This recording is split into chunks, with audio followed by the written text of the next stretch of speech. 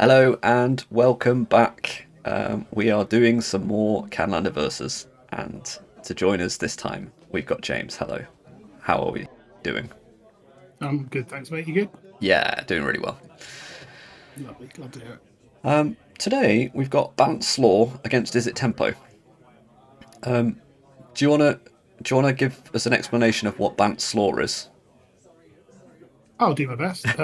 It's traditionally Simic Law. That's the type of original archetype. This one Bant just because there is a good number of white cards in here. There's some planeswalkers, a couple of Teferis, prismatic endings. Those types. Just enough ephemerate being a really good one in this deck. Enough good white cards. It's not a splash anymore. It's just a third color. But the deck is trying to do a bit of ramp. There's cards like Rampant Growth and Into the North in here, which aren't particularly common includes at Canlander level, but Yep. there's also got a big control package to it as well. There's a good amount of counter spells. Mana Drain is one of the points that's being spent. There's some really big mana spells like Mystic Confluence that you get access to because of having kind of both ramp and the control element. So it's kind of just a Bant control deck, but it's very kind of like board focused compared to a lot of traditional ones. Got some scary threats like Scythe Cat Clubs, Sentinel the Nameless Cities, those types of things. Spring Heartland 2 goes. And it's just trying to kind of get a lot of mana, get some scary threats on the board, and then kind of control your opponent out of the game. Okay. Um, So it's so like so there's the finishers aren't necessarily combo. It's you get there with some of the creatures like traditional like our more modern control style decks with green in it. yes, and that's an interesting thing for looking at the points for this deck at the minute because Nadu was in this up until quite recently. And Balance is also a card in here that's pointed. So the pointed cards that are in the deck are 6 on Time Walk, and then Mana Drain, Ancient Tomb, White Plume, and Balance to round it out to 10. Obviously, Balance just got up one, and Nardi went up one as well. So there's been some interesting changes to this deck recently for Ben, where he took out Soul Ring to keep took out Soul Ring and Nardi, sorry, to keep access to Balance in the deck, and then it added Interesting. Ancient Tomb and White Plume as well. So the combo element of Nardu taken out even more to go back to the mid-range control plan. Yeah, very cool. All right, and then Jay, the explanation of Jay's deck should be a little bit more straightforward as they start us off with some preordains and a ledger shredder. But Jay is playing one of their favourite decks, I would say, in Izzet Tempo. Points, Mox, Sapphire, Time Walk, Mystical Tutor. I don't think there are many changes to this list in recent times. I've noticed that there are a couple of rooms from Duskmorn, which is kind of cool. But yeah, it's Izzet Tempo doing Izzet Tempo things. Yeah, you definitely right. One of Jay's favorite decks. They've not got to play that much recently, so but they're glad to get it here. And just the mirroring preordained is quite funny, but you can then see how the turn two changes. Secure Tribe Elder again, not a commonly found card No, in not Canada. at all. One that Sorry, Commander players love. yeah, Rampant Growth just a little bit, on demand, as it were. I have just seen. Well, I was about to call out the Screaming Nemesis in Jay's hand. Another Duskmon card, very very strong. Interesting inclusion. It's looking like a very aggressive start for Jay. Yeah, definitely. I think there's been a lot of good aggressive red cards released over the last like 3 or 4 sets that have kind of helped out, just kind of fill out lower curves. It's slightly less of a thing for Izzet Tempo to be aware of than like Red Deck Wins or Burn or something like that. But Screaming Nemesis is a relevant threat. Like it's really hard to chump block it, and getting rid of that life gain is a really clutch element for Izzet Tempo to win because it is trying to kind of nickel and dime your last life points a lot of the time. But this is a very aggressive start. You are right, like a good 2 drop, a good 3 drop, and a good blocker here though. Yeah, So definitely a obviously, good four blocker. toughness is rough. Oh, nope, it's not a blocker at all. Yeah. Jay recognizes the fact that Sentinel would be a good blocker, and therefore it ain't resolving. Really heads up play from Jay. Like it's common to just kind of save force of wills for cards that are so powerful. You're like, oh, I can't possibly win the game, or a board wipe that you have to kind of avoid, or something like that. But a 3/4 kind of represents that to a large extent from Jay's point of view. If they've got this kind of aggressive hand, which it looks like they do, another creature to try and pressure here, that having just a good blocker out of the way is probably just as relevant as making sure, an escaped arrow doesn't hit the battlefield, or Yep. some other, a balance maybe in this situation would also be pretty bad for Jay. So yeah, real heads up play there. But I think this is also Jay. I think Jay's mentioned it themselves about it being their default way of playing Magic in Canlander. They've played so much of tempo that switching to another deck, they have to almost like switch their mindset from the tempo mindset. And that I think that was an example of this is a tempo counterspell.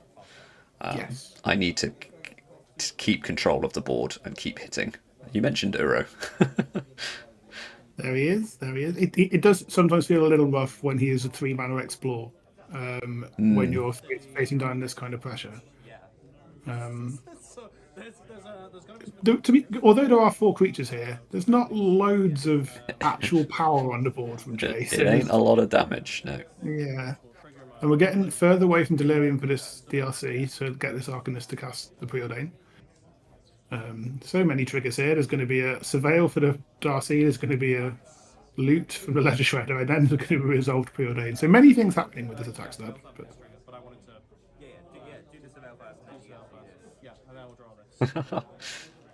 Very cool. And this is all before Preordain's resolved. yes, now we'll have a Preordain resolving.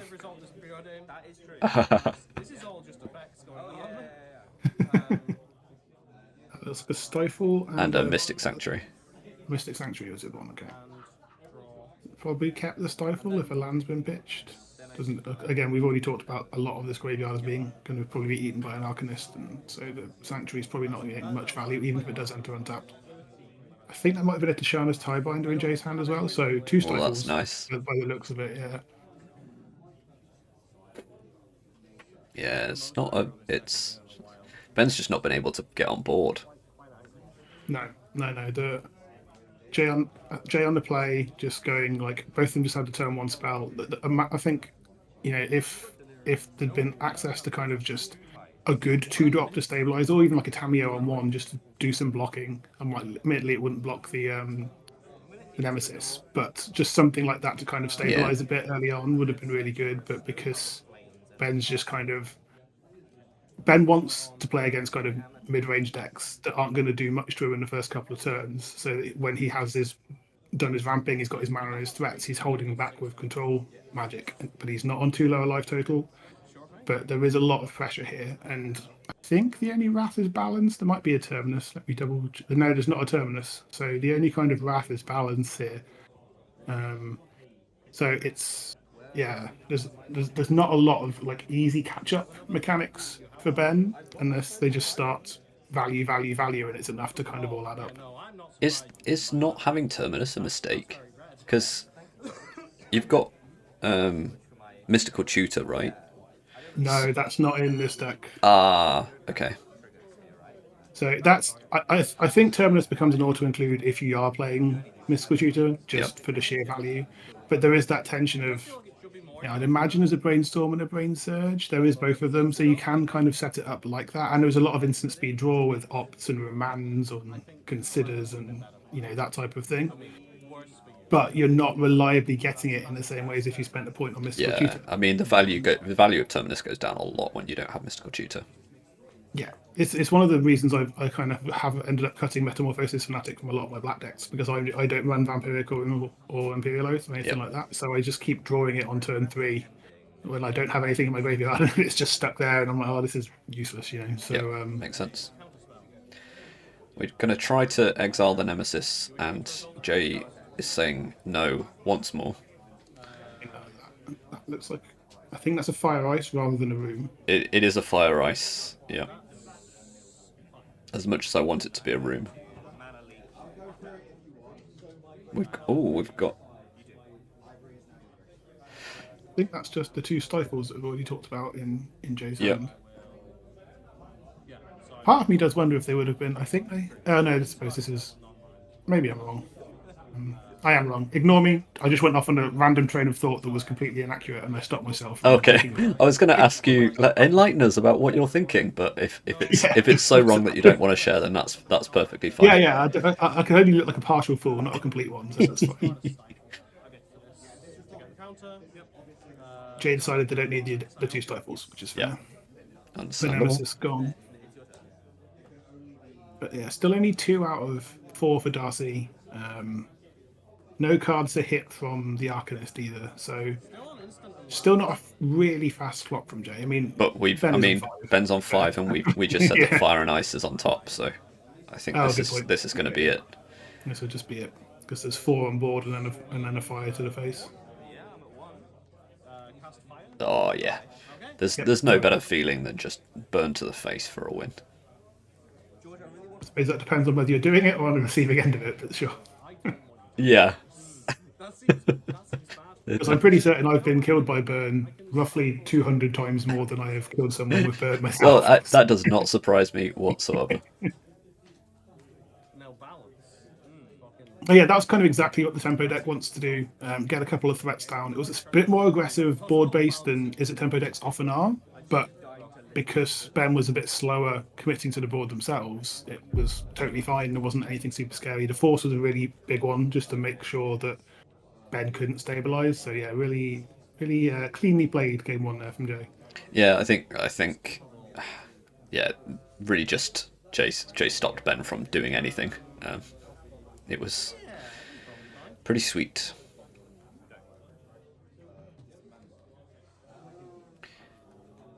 It is nice to see Ben coming along to Canlander more regularly recently. Been borrowing some decks. I believe this is George's list that he's Yes, borrowing. I think George had a list and Ben's made some changes to it. As been going along. Yeah, nice.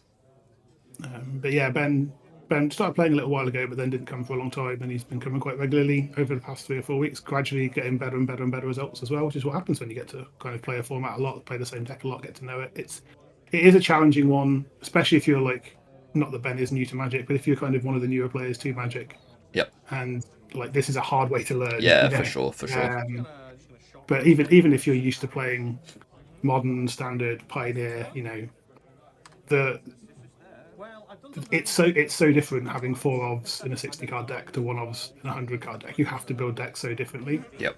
That it's just a really interesting. And if this is a missed land drop, yeah, that was a huge spell snare on the Into the North because that has stopped a land drop. Yeah, for that's Ben. nasty. Because opening hand looked pretty decent for Ben until that spell snare happens. Stee does get to. So Secure Tribe Elder puts land into hand. Play.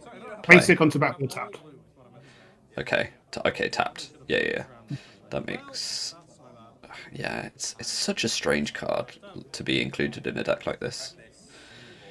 I mean, it's almost just another Into the North or Rampant Growth, and yeah. I mean, Do we really need that many of them? I suppose is my thought, but I guess it can block I mean, too. there is all of the 2 mana ones basically. There is Farseek in here, Into the North, Nature's Law, 3 visits. So Wow. this is definitely something that the deck has kind of highlighted as something that's important to have. I'm just not familiar sorry, with this style of deck. That's all. Like I'm learning what this is and what it's doing, and unfortunately, game 1 really didn't tell us. No, I've played Ben with this deck a couple of times, and they've just. I think that partly it was me misplaying it. As for a long time, I thought they were on Seeker Walk, and I was just so I was just being permanently paranoid of Protecting from a combo. Time Walk combo Yeah. or a Nadu combo or something like that without realizing what it was.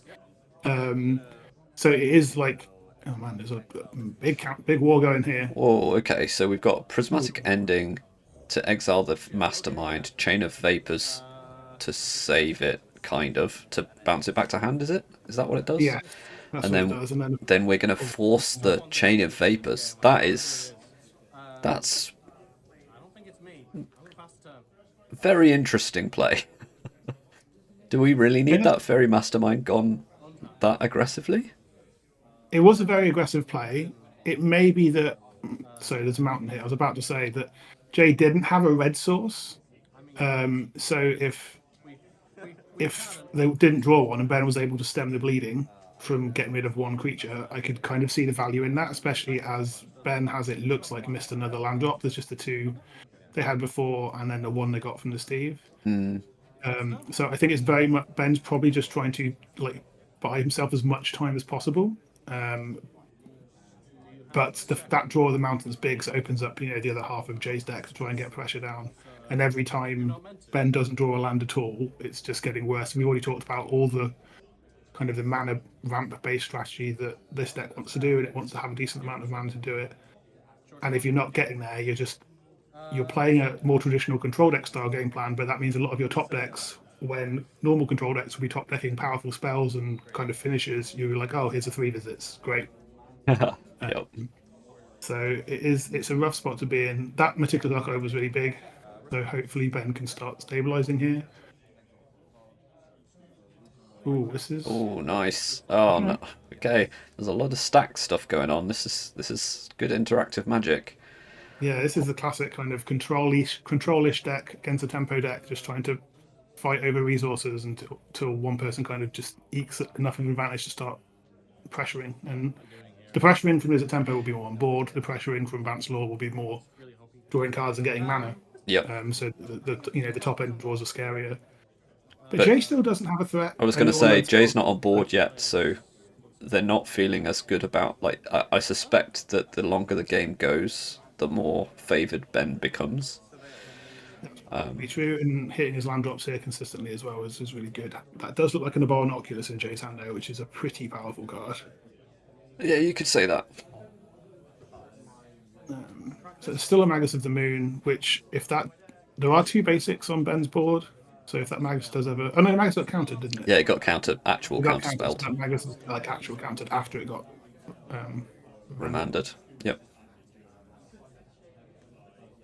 But yeah, if the Oculus does manage to resolve here from Jay next turn, that's going to be really big. Yeah, that's potentially massive. Turns out slightly worse Murktide is still pretty good as it goes.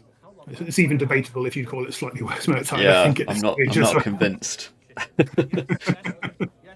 By the way, I just want to draw everybody's attention. They've probably already seen it and are trying not to look at it. But there is a yellow land in play on Ben's side. The Verge looks absolutely filthy from here. We're all morally disappointed in Ben and their life choices. Yeah, that's it.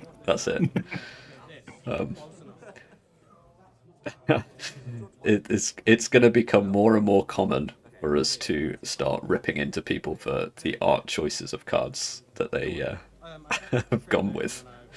Yes, there was my first time seeing someone get dazed by a SpongeBob born this weekend. I was not happy with that at all. And I'm pretty open to different kinds of art. Yeah. Whatever makes you happy, but for me, I don't need being countered by a SpongeBob is not what you signed up for. Exactly. People don't like their spells being countered at the best of times. No.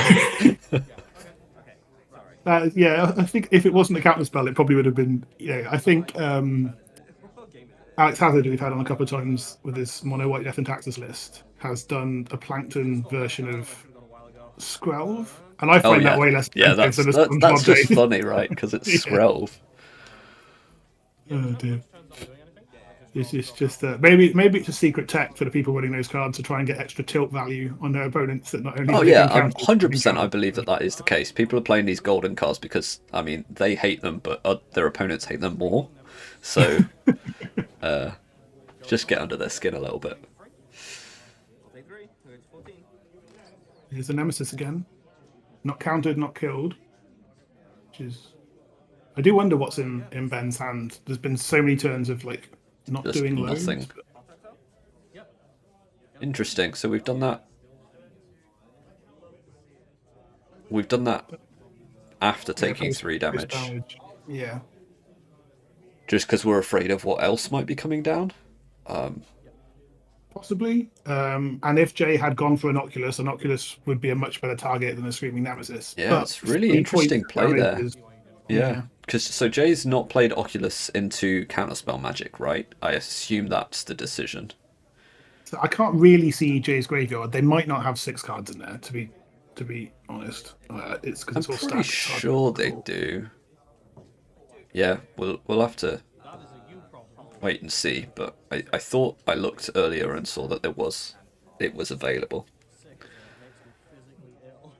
Eternal Witness. Man, this this is just looking more and more like a Commander deck the more I watch it. Maybe that's There is too big of an definitely insult on Slaw, but it's kind of trying to do some of the stuff that you because we've seen. I think we've had Howl's Sultai Controller con before, which also has a bunch of ramp spells because it's trying to make value of Wilderness Wreck and Shadow of the Second yeah, Sun. yep, So like it's not unheard of in the format, but it is kind of trying to do the same type of thing, which is just amass so much value. yeah. Um, yeah, you are completely right. We can definitely cast Oculus. So Oculus is yeah, Yep. 100% fine. There's cards left over here. Yeah, Um, is it resolving? We don't know yet. there's 3 open mana and there is double blue, So and this is so kind that's of a wasteland, right? yep.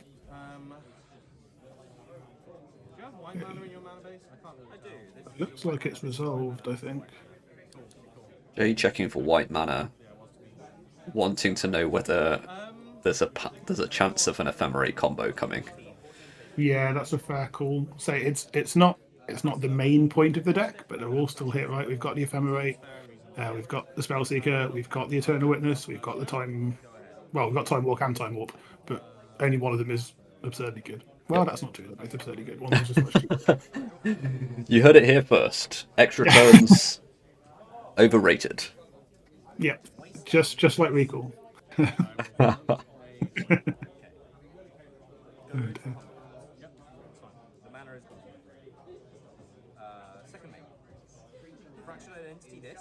Fractured identity.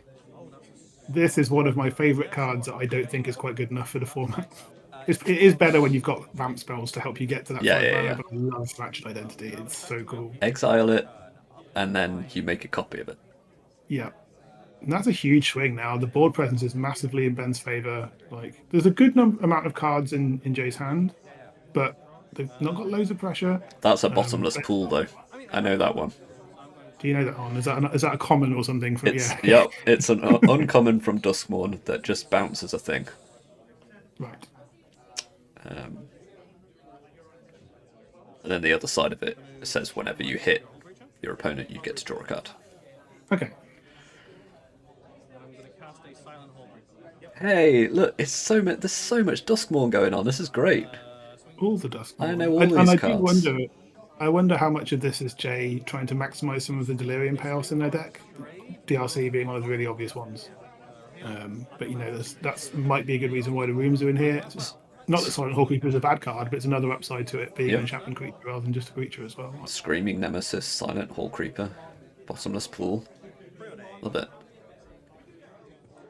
They'll have to see. It'd be interesting what mode Jay picks first, because you know me, I'm going to pick draw a card first every time, Yeah, and I wonder if a red tempo player will be picking the counters on it yeah. first. I think it would be. I think it's right to just get more damage in quicker. But I would also like, and this will be the from limited. Like, it's just always right to draw a card. Whereas there is an actual decision to be made in this format, probably.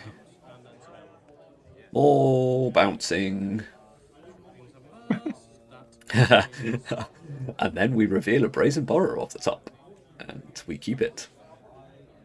Yeah, this has been some good tempo draws over the past couple of turns from Jay. No Really kidding. done a lot of work. An authorized exit is a really interesting include. Like that doesn't seem powerful enough to me, Yeah. but doing the work here. Jay wants so many bounce spells that we're digging deep for unauthorized exit. I suppose it is non-land permanent, and there is a surveil on there. We've already talked about the value of the graveyard from Jay's point of view, so there's definitely I can see why it's included. And I don't know bounce spells well enough. My brain is just telling me there's got to be a better option, but maybe there's not. Maybe Power Creep is just power creep enough that common bounce spells from modern sets are good enough. Fail one's pretty big. Yep. I mean that's why we play all of these Thundering Falls and Lush Porticos and Meticulous Archives. Indeed it is. Indeed it is. We didn't comment on it when Jay made the decision that Silent Hall Creeper got 2 counters. You had called that correctly. Yeah, this is really risky from Jay's point of view. That's Not from Jay, horrible. from Ben's point of view. Yeah, that's there's only one card in hand, so there's no reason to kind of not. It's not. There's no reason. It's less risky than it might be sometimes. But yeah, that's such a potential Yeah, I blowout. mean that's like game-ending level of. Okay, well we get the Sentinel. Yeah, but I mean, Jay's going to be attacking for 6 damage next turn that the Sentinel can't block, and that clock is just not in Ben's favor at all, obviously. So we'll be needing some help here. Because that was a huge turn. The fact that Jay had that answer that then turned into a 3 power threat as well is massive. Yeah, if that resolves, I feel like Ben's massively in this. If not, Yeah, it is risky doing it out into open mana, but if you're waiting to do that at instant speed, you might not even be able to do the thing you're trying to do when you yeah. make another Eternal Witness, if that makes sense. So. And like you mentioned, Jade only had the one card in hand that they'd topped. And we've drawn into a Blood Moon as well. Wow, these are some draws. Make this even harder. There's only 2 basics. I think that's just plains and an island on Ben's side, so this is going to be really tough to get out of. I'm saying there's a lot of damage in Jay's turn, so this might even just be one turn, even though there's only 6 power on board. The odds of there being a Fire Ice or I don't know, just a bolt or something. I think we've already seen Chain Lightning, but that type of thing on top is higher than none. Well, we've seen all of the bounce spells, right? So there's going to be some burns somewhere. Yeah. So I don't know what Ben's hoping for here. Like, if we were playing Commander or Cyclonic Rift, it'd be really good. But more mountains off the top of the library and not what Ben wants at all. Not at all. But more likely that we find a balance, I suppose. Yes. Well, given that Cyclonic Rift's definitely not in the deck, it's 100% more likely than that. Still.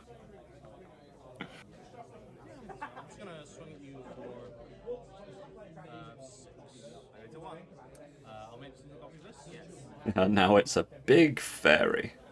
Wait, is it a fairy? Yeah, fairy rogue. Yeah, you got it. So it's just 2 lethal threats.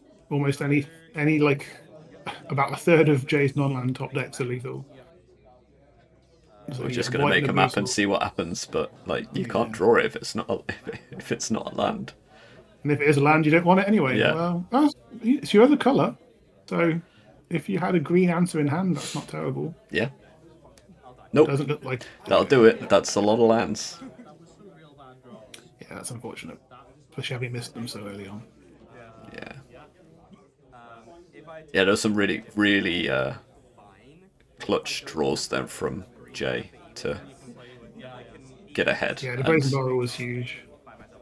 Ben found a load of lands. Those pockets we don't like.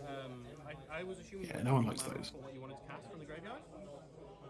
All right, well that's gonna wrap it up. Jay gets a nice 2-0 win against Ben this time around. Thank you for joining us, James. Very much appreciate it. And for everybody else, we'll catch you next time. Bye.